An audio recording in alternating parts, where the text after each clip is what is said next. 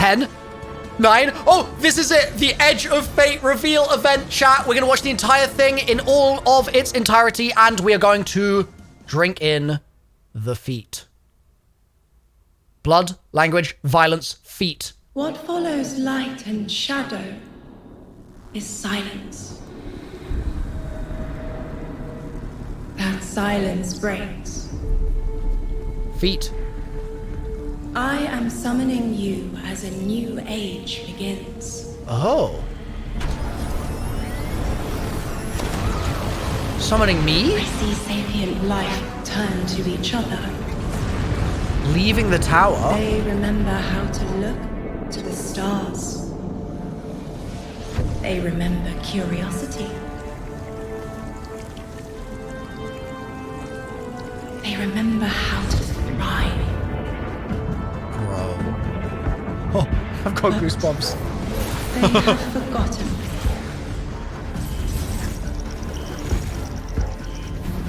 They forgot we were here long before the Traveler.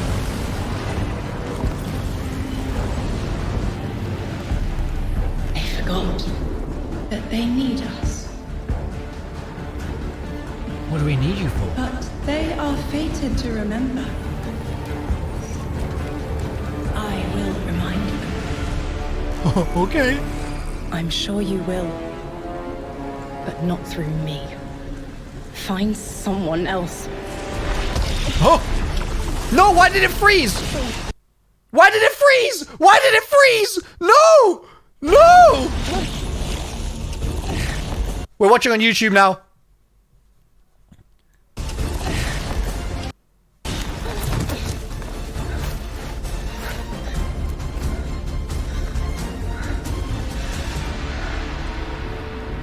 My will is my own.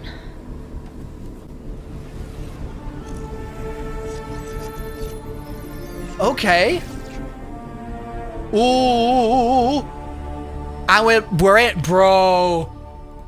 All right, everyone, hello and welcome here to Bungie HQ in beautiful Bellevue, Washington. That was so cool. We have got an amazing stream lined up for you to tell you a little bit about the Edge of Fate and the future of Destiny 2 as well. My name's Andy. I work on the social media team here, but no need to worry. Andy. As always, I'm joined by some of my amazing colleagues here at Bungie to share some of the finer details of the stuff that we're going to be getting into today. So, how about we go ahead and get into it so we can show you what Turn we up got. sound. It's Max. Starting first with this gentleman on my sound is right, Max. to your left, is someone that you've probably seen if you've tuned into our streams before or Vidocs, the one and only Mr. Robbie Stevens, assistant. Is it hella director quiet, here at Bungie. chat? How you doing? I'm doing great. Why do they Andy. It's always a stream pleasure these to so spend the day quiet, with you. bro? Yeah, it's been a nice time, honestly, hasn't it? Yeah, Well, always. to that end as well, for anyone me that see if I doesn't can get to crank hang it out as here. much as we do, can you tell everyone at home a little bit about yourself and what you do here? Yeah, sure. So I'm one of the creative Is that better, and chat? game directors for the game. So that means like I'm a vision holder and I work across the entire Destiny team with people like Allison and Dylan on the couch here to chart a new course for Destiny and a new future for the game. And No just change? incredibly excited to be sharing with everyone today of what we've been up to. Yeah, can't wait. We've got a big show ahead, so thank you for being here. Yeah, of course. And of course, as we move, pardon me, right on down the line, someone who, again, has also had the good opportunity to join us on these streams as well, and is now firing some finger guns like a pro.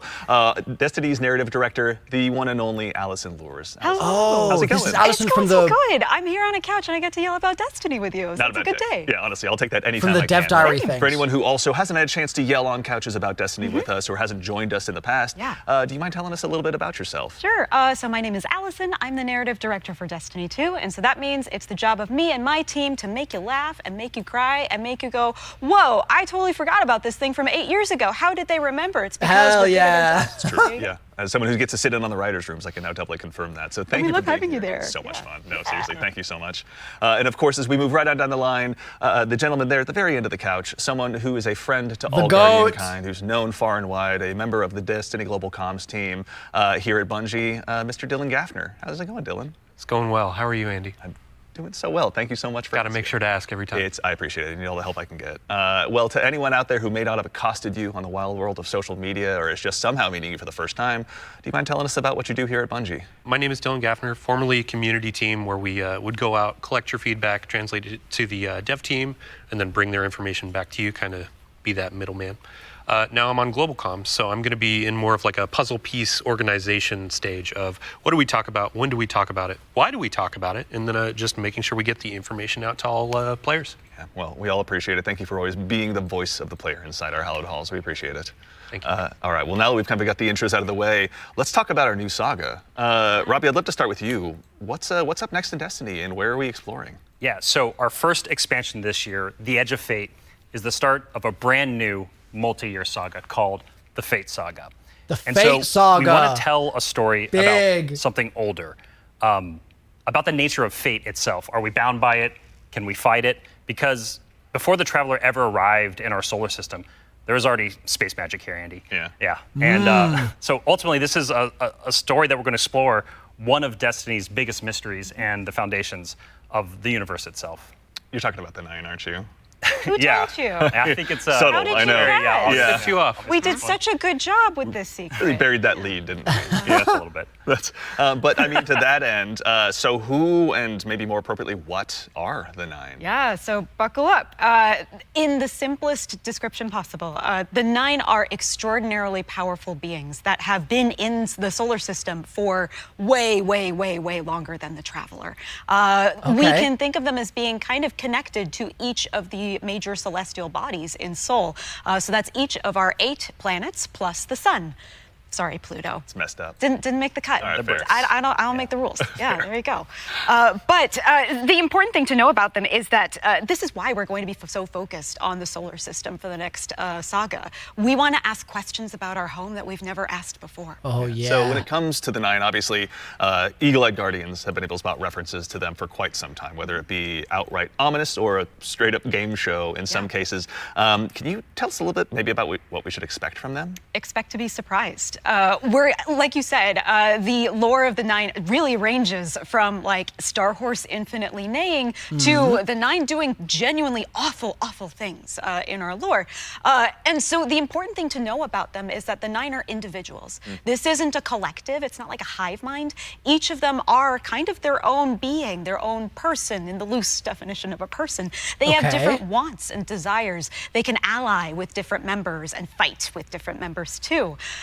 In the words of one of our characters really early on, there are aliens, and then there's aliens, and then there are aliens, and that latter one is what the 9 are qualified as. Okay, Fair enough. hell All right, yeah. so beings of obviously immense power, something that the Guardians have gone toe-to-toe with in the past. We've even faced off against the very embodiment of the darkness itself. Yeah.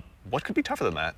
Yeah, so this is something that we think about a lot about because ultimately the 9 seek to free themselves at no matter the cost to humanity. And because they're extra dimensional in the ways that Allison are describing, they're not bound by the same rules that we are, that we've really experienced before in the game today. And so humanity and the Guardians, to many of them, are ultimately just bugs that can be squashed on that they don't really care or think about beyond, achieving their ultimate goals. So. Yeah, I mean, like, for the last 10 years, Guardians have really just been making their own fate. Yeah. I mean, so the 9 is challenging that. How are we going to deal with it? Yeah, whether we like it or not, the 9 have a plan for us. And like you said, Guardians are really good at making their own fate and going out and deciding who they want to be. But what happens when them deciding to make our own fate is exactly what our fate is? Like, what if that was the plan all along? These are extra-dimensional beings. That means they perceive our reality in a very different way and can interact with it in a very different way. Oh, this Like is they're tasty. Move ahead in chess. Weird. Reference. But you were mentioning, obviously, the Fate Saga is one of the subjects of today. How long can we expect the Fate Saga to last? Yeah, so the Fate Saga is going to play out over several years, and ultimately, we know where we're driving this car. We know where we're going with it. But the conclusion of the Edge of Fate itself is going to leave you with more questions than answers, and it's going to be the catalyst into this new multi-year saga. Because we really want to return Destiny to being a game about big questions, right? Good. And so the way we think about this is about pouring jet fuel into the speculation engine of the game. So we're going to be revealing a lot of ideas, a lot of concepts, and many of them we're not going to be answering immediately because we're going to be telling the story over multiple expansions, and we're going to be giving you those expansion beats more times than we have before in the past. And so the Year of Prophecy kicks off with the Fate Saga, and with it, humanity is now set on a collision course with this celestial pantheon of the system that has been here for a very, very long time. And so the Edge of Fate launches on July 15th. And then the second expansion of our our year of prophecy is Renegades, which comes this winter. And then later in 2026, we've got Shattered Cycle and The Alchemist. Whoa! A lot of exciting beats. And so again, the Edge of Fate is just the beginning of this long journey of this awesome vehicle we're all jumping into and driving together, and it's going to take us to some new places. So with regards to the Edge of Fate right here in front of us, you were also nice enough to bring the class something today. You've got some gameplay with you, Oh right? yeah, we got some clips. Oh, yeah. Yeah, we should show those off. It's a doozy. Let's check it out. Like the present. Let's check it out.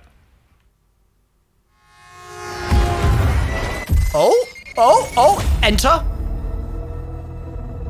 Observe, connect, conceal. Guardian, I had a vision. Conform, comply, return. They just wanted to show us disasters. Observe, connect, conceal. I'm not human anymore. Return, conform, comply. Bro. No one else should know what this feels like.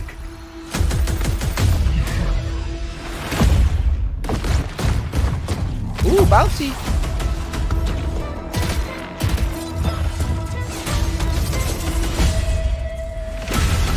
Enough. Terminate your suspicion, Commander. Remove your scornful blindfold. Observe, connect, conceal, transform, comply, return. Observe, connect, conceal, transform, comply, return. Oh, bro, that was looking like Control for a second there. Bro, oh, I need it now. That gives us an awful lot to go ahead and continue to dive into. And here to help us go ahead and explore a little bit more of it, everyone, you probably noticed we've been joined by someone new here on the couch. We are privileged to be joined by someone who's the originator of perhaps my favorite all-time Destiny emote, the one and only Dave Samuel, art director here at Bungie. Dave, how's it going, man? It's going great. Thanks for having me. Absolutely. For anyone who maybe for some reason somehow doesn't have that emote in their collection or hasn't seen you in a past VIDOC, do you mind telling us a little bit about what you do here at Bungie? Yeah, I'm art director on Edge of Fate. I work with the art team to visualize the narrative and design and kind of bring it all together. It's a lot to bring together. Thank you very much for being here today. Yeah. So with the Edge of Fate, it's obviously the first expansion in the Fate saga. Allison, I'd love to start with you, actually. What can you tell us about the Edge of Fate? The Edge of Fate begins with an invitation. And we are invited, along with a very specific group of people, to a location, to a moment in time for a very specific reason. Very specific purpose. Very specific reason and purpose, yes. And the place that we're going to is called Kepler. And so you may be saying, now, Allison, hold on. Hold your horses 1 second, because the Kepler I know is the one that's way outside of our galaxy. What do you mean we're going to Kepler? And I say, like, dear friend, didn't you know if you look inside in Destiny's universe, the Oort cloud at the edge of the solar system, you'll find a little planetoid that also happens to be named Kepler here in the world of Destiny. And that's where we're going, to Kepler. Super exciting. And this is kind of a, Robbie, we were talking kind of before the show, this is like like a first taste of something new, right? Yeah, so what you're seeing here is us just trying something new. We're expanding the universe of Destiny, creating new mysteries to uncover. This whole destination is about exploring a labyrinthian world that took inspirations from things like Dreaming City, exotic missions, dungeons, and it's wrapping it all through a Metroidvania expired experience. And so at the heart of all of this, at the heart of the Edge of Fate, is a player-driven exploration and discovery of an exotic world with brand new abilities. So actually to even just maybe dig a little bit deeper, like how is the Edge of Fate going to be different from past expansions that we've made for Destiny? Yeah, so at the global scale, when we're thinking about expansions in the Year of Prophecy and the formula of Destiny expansions going forward, first off, we're doing 2 expansions a year instead of just 1. And think of each of these expansions as a little bigger than something like a Rise of Iron from D1. And so both of these expansions combined are going to be even more expansion content than we've done in the past. And by delivering 2 of these a year,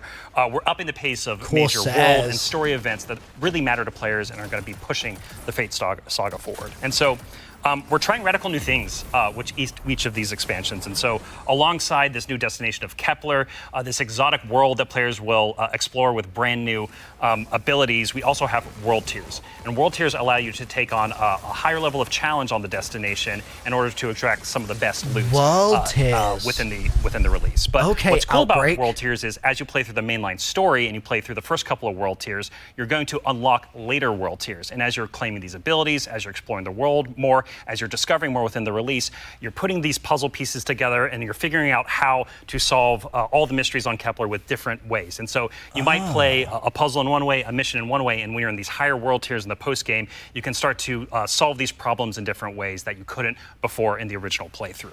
And so alongside all of this, we're also going to have a ton of quest content that we're rethinking about how we use within the game. And so on Kepler, there's some non-linearity within the destination itself. And so with a lot of our side quest content that is related to the critical path, but you don't have to play it. It's there for you to explore. It's driven by your discovery of the world. You're out in the field, you discover something and you pick it up, and that's going to help you explore the characters in the world of Kepler more and go deeper on that story. And so, yeah, again, this is all about us just looking at the formulas that we've been building in Destiny over the last 10 years. And some of them are really strong, but they're due for some experimentation and some radical changes. And so that's what you're seeing here with the first taste of the Edge of Fate. Very cool. Yeah. I love everything you just said. I was a little distracted by some of the gameplay we were showing, like exotic sniper rifle, I think I saw, kind of recognize that. Oh, yeah. Some enemies with a couple really cool twists, like, okay. Yeah. But then also there was a Guardian that turned into like a lightning ball. Yeah. Yeah. So, so there's multiple new abilities that your players are going to be able to discover on Kepler that's going to make them navigate and look at the world in different ways. But the one you're talking about, Dylan, we see it as our premier ability, the crown jewel of the release, and that's called Matter Spark. And Dave has joined us, and he's helps us take the vision of the narrative and the design and the art and smush it together in amazing experiences. And so I think Dave should talk to us more about Matter Spark. Please. Yeah. So there's this new source of energy on Kepler, this strange dark matter. So the Guardian binds itself to the dark matter using the arc powers within. You can think of the dark matter as like a medium, and the arc as this catalyst that will allow you to completely change form. Transforming into Matter Spark lets you squeeze into tight areas, race around areas, jump over stuff, and it also allows you to turn into this basically electric rolling ball of death, jolting and shocking enemies that come across your path. So obviously, one big part movement, one big part combat, but I mean, even just in addition to that, to look a little bit, wider, like how did the Matter Spark Ball kind of influence the world that we're going to be inhabiting? Yeah, the team really had to rethink what it means to build a destination with these abilities in mind. A simple hill becomes a ramp to get to a new space. A crack in the wall, it basically will reveal a whole new area to explore. It's also a new way to engage with enemies. Instead of taking a bunch of enemies head on, you can find a Matter Spark pad, transform, turn into this electric ball of death, and then just start racing around the arena, dash over their heads, and flank from behind, and then really give the House of Exile on Kepler a bad day. As well we should. It's a good day for us as well. So what are some of the other Kepler abilities that we'll be able to unlock while we're out there as well? Yeah, so each of these Kepler abilities are a mix of dark matter and our Guardian's powers. So we have the Relocator Cannon, which is this new fallen dark matter tech mixed with void. This is going to allow you to bypass laser walls, use these cascading relay networks, and just basically teleport around the world. Another ability that we have is Matter Morph. This is dark matter mixed with strand, allows you to manipulate the environment. You'll be able to basically push and morph and move geometry to create bridges, open up doorways, and then also reveal secrets and new opportunities. Yeah, so what's really important about what Dave is describing, and when we were thinking about building this world, it was all about like, hey, here's this new tool to navigate and see the world in a different way and solve little puzzles and mysteries throughout the missions, the free roam, and the quest content, and beyond. But also what was really important to us is that we lean into Destiny's first-class ability gameplay. And so with Matter Spark, like Dave is mentioning, you're jumping, you're dashing into enemies to destroy them, you're doing giant explosions with them. With the Relocator Clan, and you're just blowing everything up with void explosions and graviton lance style, like projectile, little secret projectiles. And then what's really fun about Mattermorph is you can just be like throwing these strange shurikens basically to just like delete an encounter before you then like start to morph the environment around you and move to the next area. And so it's just really exciting I'm incredibly excited about watching players just like solve puzzles and fight encounters in ways that like we don't even expect yet, and see how they take on the destination. And just like I really want to emphasize, you're going to be upgrading these, and when you get into especially the post-game experience, it's going to unlock, there's something unlocks with Matter Spark that really changes the way that you can play through the entire destination. Yeah. So when we're talking about dark matter. Yes. We have darkness abilities like Strand and Stasis already. Like, how is dark matter different? So dark matter and darkness are two completely separate things. They're completely different things. But dark matter does exist in our world. In the world of Destiny, we know it as being tightly connected to the Nine. It's what the Nine are actually made out of. In our world, dark matter is invisible. You can't really see it. And it wouldn't be very fun to make a destination where there's an invisible thing that you can't actually see. So lucky for us on Kepler, there's a bioluminescent microbe that allows us to see all of this substance that's impacted this world so much. It allows us to see how it's impacted the plant life, how it's impacted the behavior of the peoples that we're going to encounter. And we can see how it has been able to bring these things that are kind of unstuck in time into this current location. I do have to put on my drifter hat for just a second and, like, what does it smell like? What does it taste like? Dark matter smells and tastes like bleach and math. Okay. Can't wait to get that chip flavor. Yeah. Get it with a sandwich today after. It's zesty. Yeah, it's really good. Actually, so on the topic too of stuff in the trailer as well, we heard someone talking there. Can you tell us who that was? Sure. That was Lodi. Lodi is a new character that we're introducing in Apollo. Not in Apollo. We're introducing him in The Edge of Fate. Yeah. I want to give a special shout out to Brian Villalobos, who portrays Lodi and does a spectacular job. This character is fascinating. He's kind of a fish out of water, but the fun thing about tropes is to kind of put a twist on them, right? So what if that fish that we pulled out of the water was the most qualified fish to be pulled out into the air? Down for anything. It's down for anything. And what if that fish was kind of made to be pulled out of the water? I don't want to give away too much because this character is way more fun for the players to figure out what his deal is. But I will say that Lodi is very, very far from home. Very fair, very exciting. So I do have to call out too, before we started this, you and Robbie were talking about how Lodi is like a notice me character. Oh yeah. Robbie wanted a senpai. I did. I wanted someone that I just wanted to spend a bunch of time with on this new adventure we're going on. A friend that we can look up to. That's right, Notice me. Notice me, Lodi. Yeah, of course. Notice me, Lodi. Okay. Or rather, Allison does. So with regards to the characters as well, so is it a whole new cast of characters in The Edge of Fate? No, we're going to see some new faces like Lodi and other characters, but we're also going to see some familiar ones too. Ikora is here. The stakes are high enough that she's here investigating what's going on. And as it turns out, in one of our major mysteries, she's kind of at the center of it. She was invited here, as was Lodi. Same as we were. All of it's kind of tied together. Very exciting. So the way, if I can, please. The way we think about this is about all these characters. Their fates are intertwined in some way. There's these puppet masters that have been pulling the strings for a very, very long time in order for everyone to get here at this moment. And so, as a guardian and these characters involved, they're going to have to decide if they're fight your fate. Like that's what we think about. For these individuals, that's what they're going to have to go through and determine about how they can stand up to this new conflict that is surrounded by the Nine, because they are fated to be here. And what does that mean for them, and what does that mean for their future and the future of Soul itself? So with regard to these new characters and this world we find ourselves in, was there anything about that setting, or in particular, that really influenced the creation, rather, of this world that we're going to be inhabiting? I'll give you a list of fun facts. First off, if you've been paying paying attention to Destiny over the last week or so, you already know that there's been people on Kepler for a long time. That's an old-ass computer that you were putting those numbers into. We also know that the Vex are here. They're studying the 9 because it turns out the 9 can do something that the Vex can't. As Dave mentioned, the House of Exile are also here. They've become fixated on a being that they call the Giver.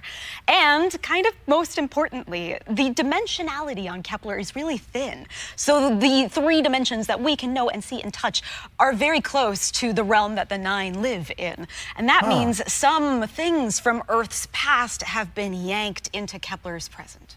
Exciting. Nice. Yeah, I mean, so we've been talking about invitations throughout this, and we need to call out an invitation that's actually going to be waiting in the game after this is over. Ride of the 9 begins today. Right. Yeah. So I believe we have a trailer to show. Yeah, you were nice enough to bring a trailer along. I'll go ahead and give it a look really quickly. let's do Dude, it. Allison is so good. She's so good. The 9. Wait, is this gonna spoil dungeon stuff? Should I?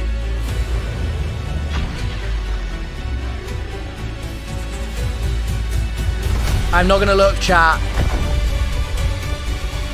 But I bet it's epic. I've got my eyes closed. But I bet it's really cool. The music's cool.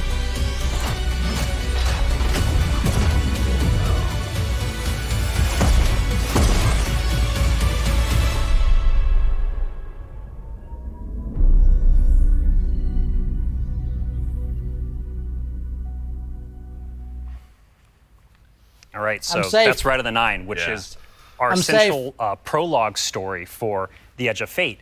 And these 3 dungeons that are featured in this event are free for all players starting today. And so what's really important about this is that these dungeons are both for veteran dungeon crawlers, hardcore raiders, people have been in these places a lot, but also new Guardians who've never stepped into a dungeon before, right? What was really important for us when we were developing Ride of the 9 was that we are changing the formula on how we can think about how we can welcome even more people into these experiences. And so you're gonna be able to go in solo, buffed up, and explore a dungeon by yourself, or go in match made with other fire team members shoulder to shoulder for the very first time. But don't worry, because we also have that higher level challenge for our veteran, our hardcore dungeon crawlers, where you're gonna be able to earn the best possible loot, exclusive rewards, and also an exclusive title as part of Rights of the 9. Nice. What's also really important about this event for being a prologue for the Edge of Fate is that it really reintroduces the emissary into the game, and you're going to learn why her job is pretty crappy and why she quits at the top of the Edge of Fate, like we saw at the beginning of this show. And so, Andy, we've been talking a bunch about how our Destiny expansions are changing the formula for Destiny going forward. So now I think it's time for us to start talking about how the core hobby of Destiny is changing going forward. The day-to-day of playing Destiny, week over week experience. And we've got someone else on the couch here to help us talk about that. We have an expert in that very subject now who's gone ahead and joined us on the couch.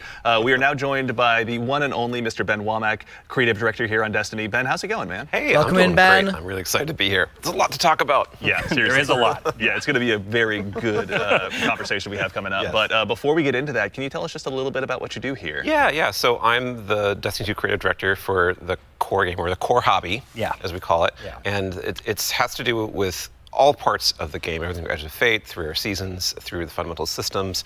And in particular, like Robbie's saying, I've been focusing on thinking about the kind of building blocks of Destiny 2 and getting those like not only stood up, but also transformed and iterated on in some really exciting new places. Nice. Well, let's go ahead and just start at the top.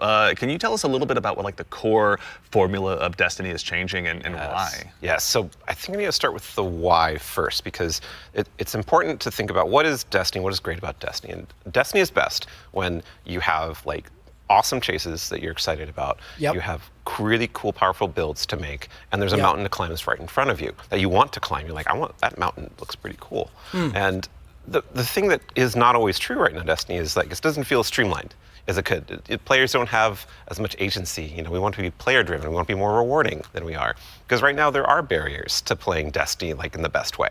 And those barriers are insurmountable sometimes. So think about that whole picture of, okay, what is the Destiny that we really want that has been in the past that we also want to get back to and where we want to go for the future, that's where all the changes you're going to see have started, like at their inception point. So it's a big piece of the pie. Massive updates coming across so many systems of the game, and this is like we're just getting in, digging into the surface. Yeah. I mean, to that same end, then, how are we making it easier? Pardon me, to go ahead and just get straight into the fun. Oh no, let's do it, because that's exactly what we want to do. And the first thing you're going to see when you log into Destiny after Portal. Edge of Fate, you're going to log in your character and see your ship in orbit. It's going to say, it's not going to say open director, it's going to say open portal. Yeah. The portal is our new front page of the game.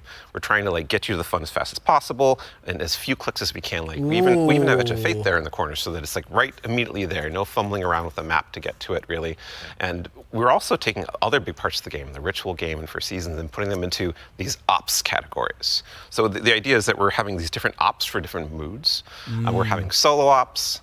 Or have a bunch of fire team ops, we have pinnacle ops, and of course we have crucible ops, still super important for the game. What about Black Ops? I mean, to start up at the top, can you tell us a little bit more about what solo ops Oh, entails? yeah. So solo ops is exactly what it says on the tin. It is a bunch of activities that are made for solo players. And the conception point of that was we want to make activities for players who have a smaller amount of time that they want to play in, and they don't necessarily want to have dependencies on other players, but they still want to get in there and play for 10 to 15 minutes and get some real progress. Yeah, get some loot. Yeah, get some loot. Yeah. Get some loot and get your character forward and feel like, I played some Destiny and that was great. And even if you don't feel like playing with other people, that's fine, because we have an activity type that is designed for one player. Excellent. So, I mean, to that same end, what are some other ways that we can play and have fun using Portal as well? Yeah, so Robbie actually has a great way of talking about this. So. Yeah, some of the North Star that is what we talk about when we were developing the Portal early on was where are we headed with this thing? And ultimately, it's play your way. It's giving players more agency, more personal drive to figure out how they want to engage with the power climb and the new progression systems coming and our seasons. And so the entirety new progression and power climb is now all available to you in the Portal at your fingertips in one place. It's really easy to find, really easy to jump in. Anything you play inside of that category any of those categories is gonna help you make progress. And so, because we want Destiny to be welcoming not only to new players, but also old players who are coming back to the game to join us with the Edge of Fate. And we also want this to be like a new even playing field for everyone. And so as part of this is a commitment from us as part of the core hobby and all the seasonal content we're building, that we're going to be continually investing in this, right? We're going to be continually updating this over time for years to come. And so, you're asking me directly, what else is there to do? Yeah. Ben mentioned solo ops. We also have the fire team ops and pinnacle ops. Both these are more around playing with other fire team members, shoulder to shoulder, where fire team ops are more quicker sessions. There are some longer form things in it too, but then pinnacle ops are more about those really long form or more challenging kind of focused activities like exotic missions, for instance. And so, and then the one thing we haven't talked about yet very deeply, but is incredibly important, and it's something that I think we've done for the first time ever, or maybe since early D1. It's kind of a return to form. Yeah. You're going to be able to experience the entirety of the power climb within Crucible Ops by playing PvP, right? So this means if you want to be sweaty, Andy, which I know you, Dylan, too. I know you're that way, right? I know both of you. Gonna be put the sweatbands on. You're so going to be able to happy. play the entire experience in the season here and earn some of the highest tier loot that's also available in the game. So, I have to say, this is super exciting, because my player type or other folks out in the community, they want to go in, they want to jam on PvP, but then their friends invite them to do a dungeon or a higher tier activity, and they're like, oh wait, I need to grind a long time to get up to power. Now, through PvP, they can get up to power, and you can just bring them into that PvE experience and have a fun time with each other. Yeah. So. That's honestly how I primarily played D1, so I'm really looking forward to that. So it sounds like the core, obviously, of what you guys are talking about, play the way you want to play. Is at the center of all of it. What if I really want to challenge myself, push myself? Yeah. A little bit? That's me, important baby. to us. Yeah. That's important to us. Well, death, but also success. Yes, and that's true. from it, That's right? true. Yeah. Yeah, and so we really want to give agency. That's that's one of the things. Player driven towards loot and challenge. And so we have a really hugely expanded activity customization system. We have a lot more difficulty levels, and we have a ton of new modifiers. We have 50 new modifiers along with all the old modifiers that we've released in the past that are going going to make this big curated web of options for you to experience. It's the Hades any of heat PvE system, content chat. in the curator. And so, like, we have Banes, not just old Banes that we have, but new Banes as well. We also have boons to help you like get advantages in your activities and for your build. We have challenges and trade-offs. And the fun part is you're going to get these different combinations that are available, and you're going to then make a mix that's actually going to change the way you play and be pretty interesting, and sometimes be the way you prefer you play. Like, there's a new boon called Grappler that I personally love. It's kind of my preferred way to play, where they give you 3 grapple grenades replacing your current grenade. You can't do the melee, but they recharge super fast. So any build you want, you could now Hell yeah. Spider-Man around any map. It's actually super fun. It's so fun. Yeah, and I mean, like, what's at the heart of what Ben is talking about is what we kind of call the virtuous cycle, right? Where you're going to be crafting your build, tinkering with the activity, looking at like how you can earn a higher tier of reward by taking on higher challenge. And as you earn better loot, you're looking towards that next mountain to climb just ahead of you all the time. And so this is really about how far you want to push yourself upwards within the portal itself. But also, we also are thinking about the people, and that's the depth, right? That's the depth of the challenge that we're talking about. That's also, but we're also thinking about the people who don't have as much time to play with like solo ops. And also, if you're scared of modifiers or you're scared of customizing these activities. Or you just don't feel like doing it. Yeah, that's a great way to describe it. Thank you. We have a bunch of quick play options, right, Ben? Yeah, quick play options, and we actually have matchmaking and Fireteam ops. Oh, and, yeah. And we have Fireteam Finder, and so you're able to like really choose kind of what you're in the mood for. Oh yeah, we technically have matchmaking across every activity that exists. Except for solo ops, because that's solo. Right. But yes, Otherwise, otherwise, the fire aside teams from and that pinnacle one. ops, it's everything. Yeah, you'll have options to play by yourself or with other people. Oh, actually, a really fun part is you can play a strike by yourself as hard as you want it to That's now, true, yeah, which is yeah. really fun. Yeah. Well, you're talking about like all the different boons and combinations. I think at one point you were saying around 50 or something like that.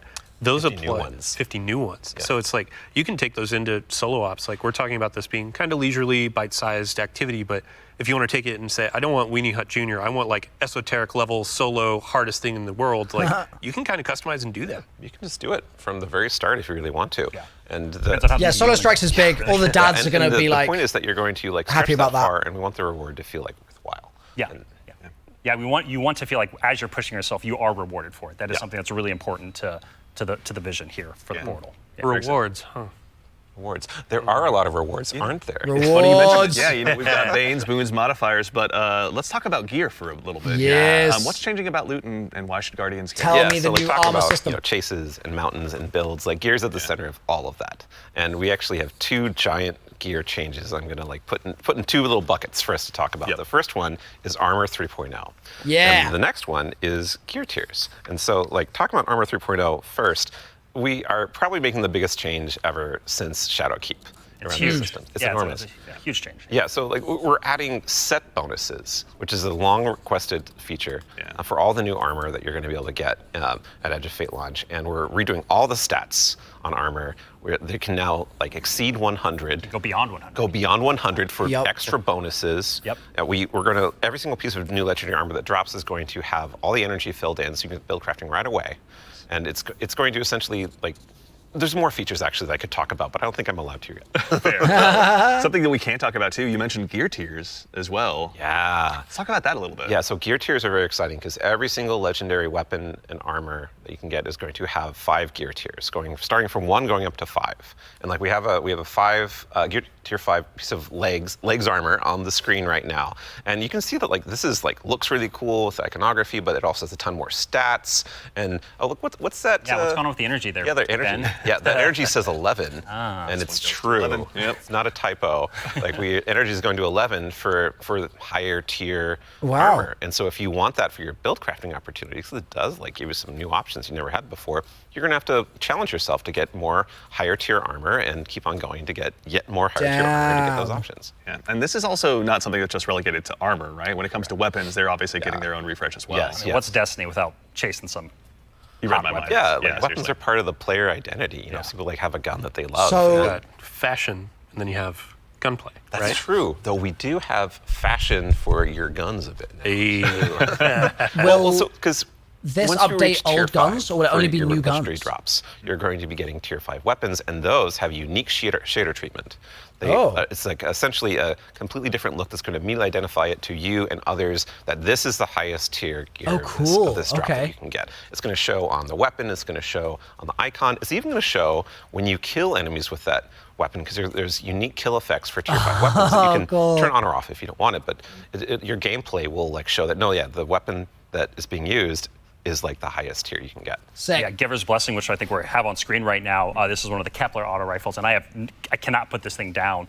Yeah, when we're playing through the Edge of Fate right now, and it's what's really exciting about it for me is that like when you see that tier 5 drop, like you know immediately that's better than like a tier 3 or tier 4 weapon that you have, right? And I think that's when we talk about making Destiny easier to just jump in, find the fun, make it accessible, but also create more depth. You know, this is what we're thinking about. It's like how can we just make immediate, like you understand, like okay, this is probably better than the thing I have. Yeah, right now, that's depending on really what tier it is. important. I mean, that's a good example of how much time and effort is being put into these game systems to make them more like approachable.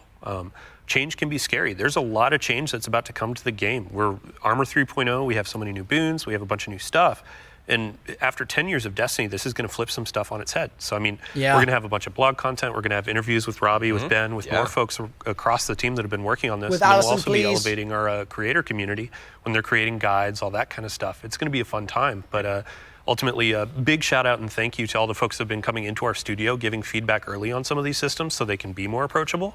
And we're looking forward to all the feedback that's going to be coming after launch too. Like this is again one of our first steps into something, and then the community and we are going to build something amazing. Yeah, and I can't stress enough how much feedback we've gotten from the community summits we've been running over the last year for the Edge of Fate, and just people reaching out to the community teams and others to us. Like your feedback is invaluable. So like seriously, like thank you so much.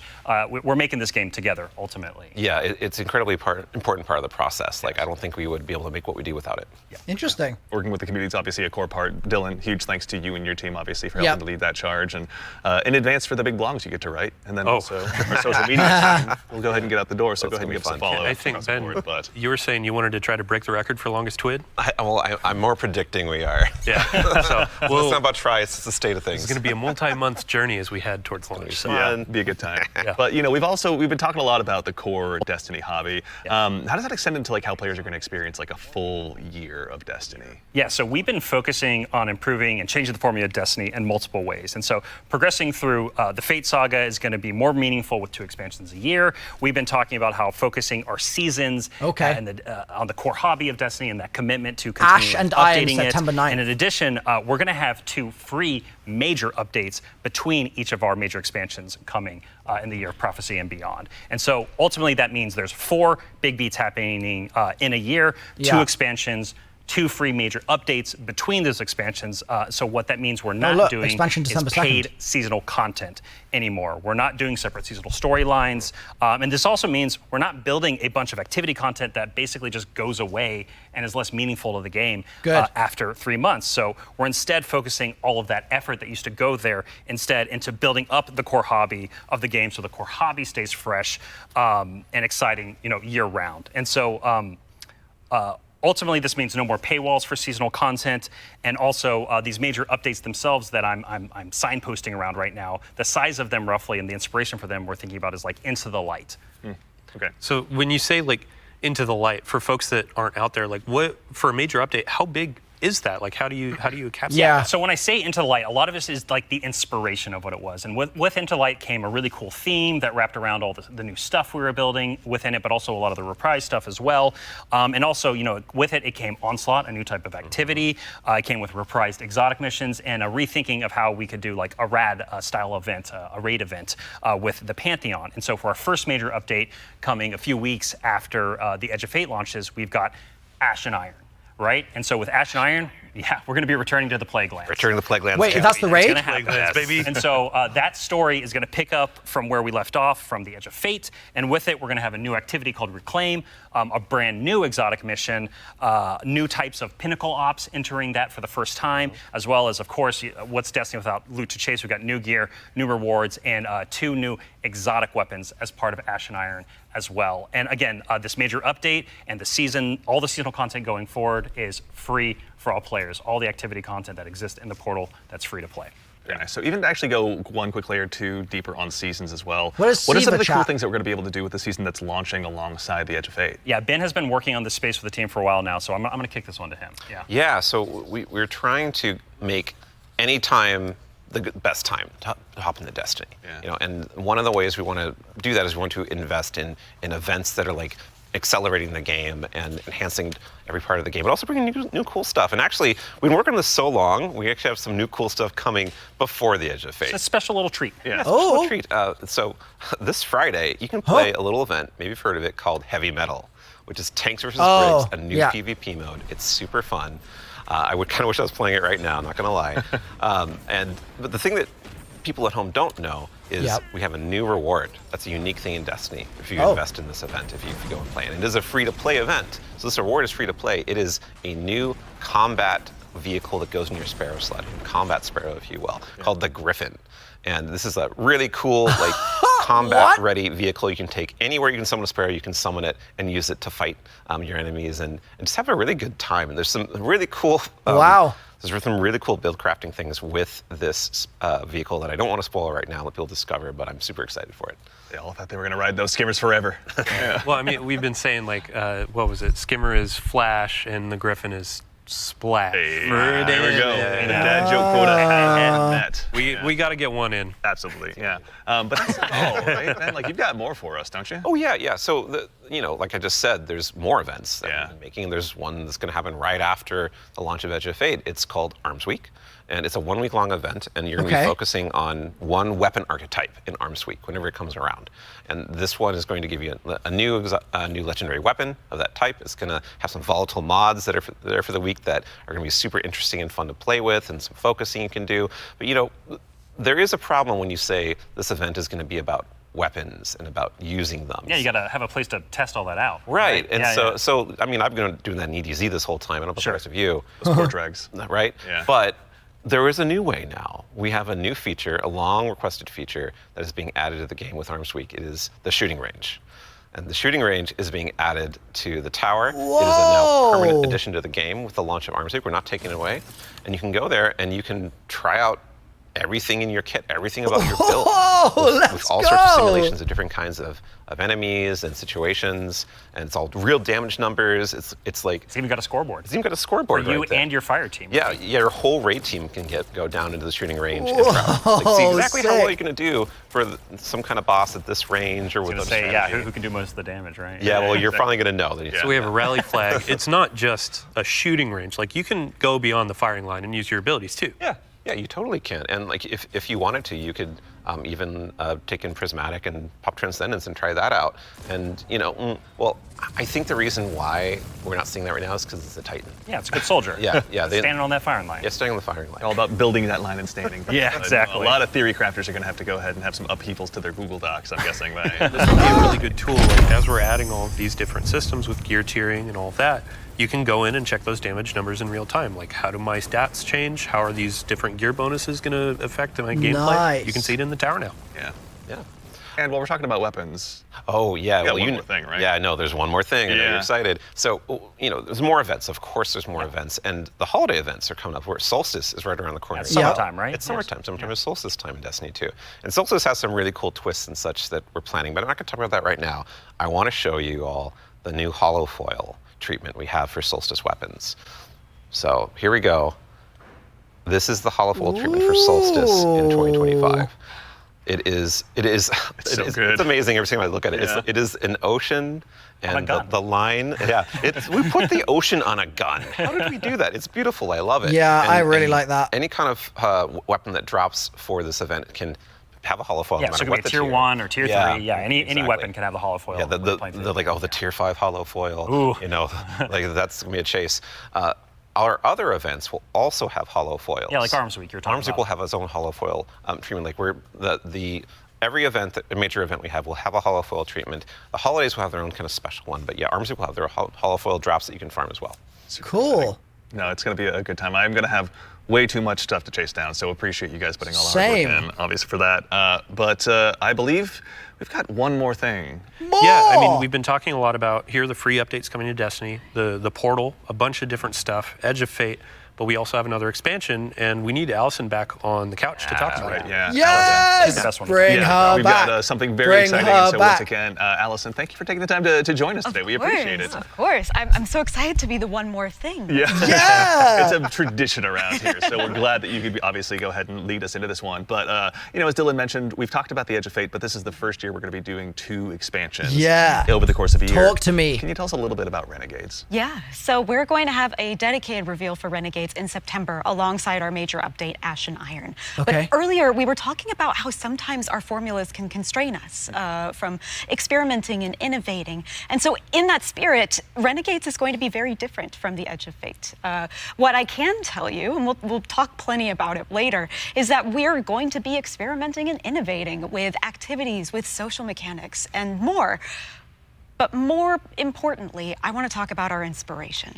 Okay. And so I have to kind of tee it up first. So Renegades is going to be a Destiny, like definitively Destiny expansion. This is part of the Fate saga, and it's going to push it forward in important ways and introduce characters that we're going to spend time with for years to come. It is an essential Fate saga story. And it's an homage to a universe that has inspired Bungie from the start. It's a universe that all of us here on the couch grew up with, as well as everyone else at the studio, Star Wars. and millions of you back at home too. It is a peanut butter and combination, a peanut butter and like chocolate combination inside of what we're making that could only be possible in the kind of world that we build here.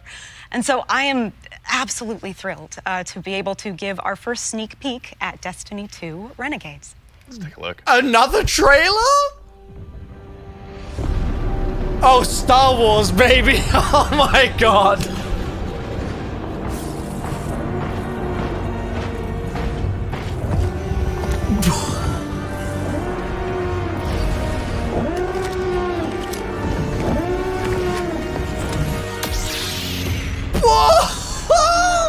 Oh, it's still going. It's Destiny Ween. Tatooine, the Destiny version. Bro, what? Okay, Robbie, what did we just see? Yeah, so that's Renegades, which is coming out this December. And to really drive it home here, Renegades is a one-of-a-kind Destiny experience, right? This is insane. And just like we on the Destiny team have taken inspiration from other genres like dark fantasy or cosmic horror, Renegades takes the space western vibe and aesthetic that is Star Wars, and it puts it through that Destiny lens. And ultimately, it's created a new lawless frontier that is emerging within Seoul. And so, like, we're so excited to show Renegades off a little bit today and to be talking about it more in the future in September alongside the free major update with Ash and Iron. But right now, today, we're focused on Rite of the Nine and what's right around the corner with the Edge of Fate. Absolutely. No, I heard a lot of calendars get marked just now on September. Yeah. But no, super excited to share more of that in the future. But that actually leads us to the conclusion of today's show, which, again, we covered a lot. There's been a What lot. a show. Yeah, this has been a Like big a few show, things. Yeah. honestly. No, we went through a lot of it. So let's go ahead and quickly double check. We obviously went through, and the Year of Prophecy, pardon me, is going to go ahead and kick off on July 15th. July And this kicks 15th. off a brand new multi-year Fate saga and our new focus on the core hobby of Destiny. The first expansion, The Edge of Fate, is going to be launching again on July 15th, as I noted, with its raid launching on July 19th. Okay, hold up. Yeah. Wait, So you're going what? through a lot of information. We already covered that. Oh, yeah. But like, you can't just sneak in a raid date. Yeah. We have a new raid coming with the expansion, July 19th.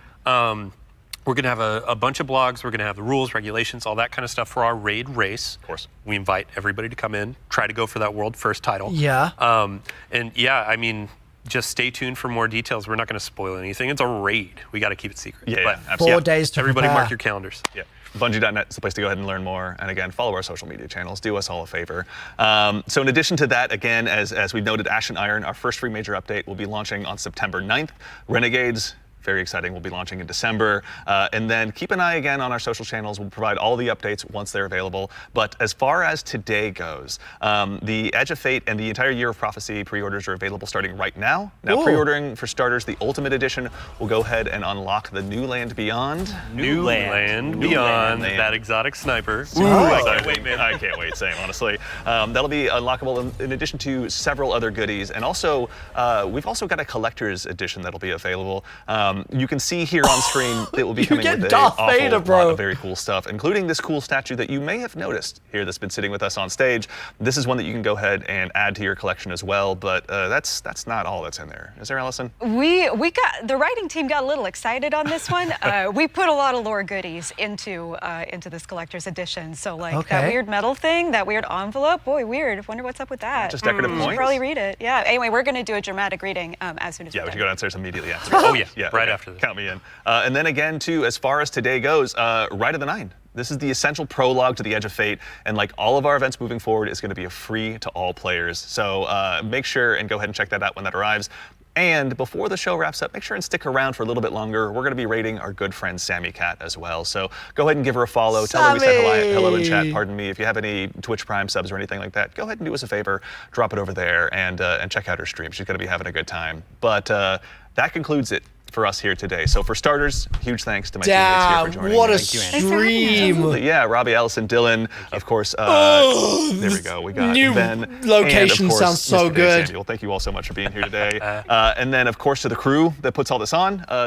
Thank you, everyone. This doesn't happen by accident. Thank you all so much for all of your hard work. Yeah, W and, crew. dealing with me on these last couple of days. And of course, to everyone at home, to all of our guardians out there in the community, thank you. It's a tremendous privilege to get the as well, opportunity to share what we've man. been working on early. He did such a good it matters job. Only if you guys show up and join us. So we really appreciate it. We hope you enjoyed. And otherwise, in the meantime, until we see you again, take care of yourselves, take care of each other, and we'll see you all Starside. Bro. Bingus bungus. That was crazy. Dude, how am I gonna fit in? How am I gonna fit in all of this content? July 15th, September, I think 9th, December 2nd, March 3rd. It's just so... Wait, it's scrolling. Look, it's scrolling through the symbols. Wait, that's rotating. Oh, brother.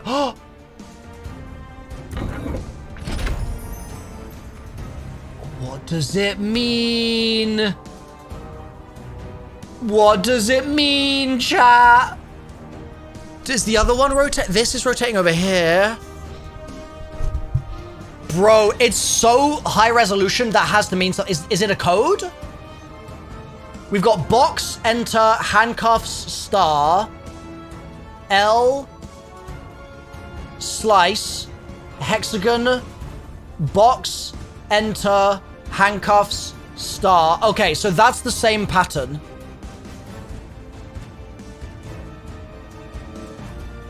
Oh, there's so much to dig into.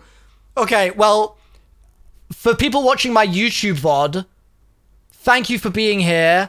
Hope you've enjoyed it. There'll be a bunch of other Destiny videos going out very soon, so make sure you're subscribed, and I will see you very shortly for that. That is the first thing for the YouTube enjoyers.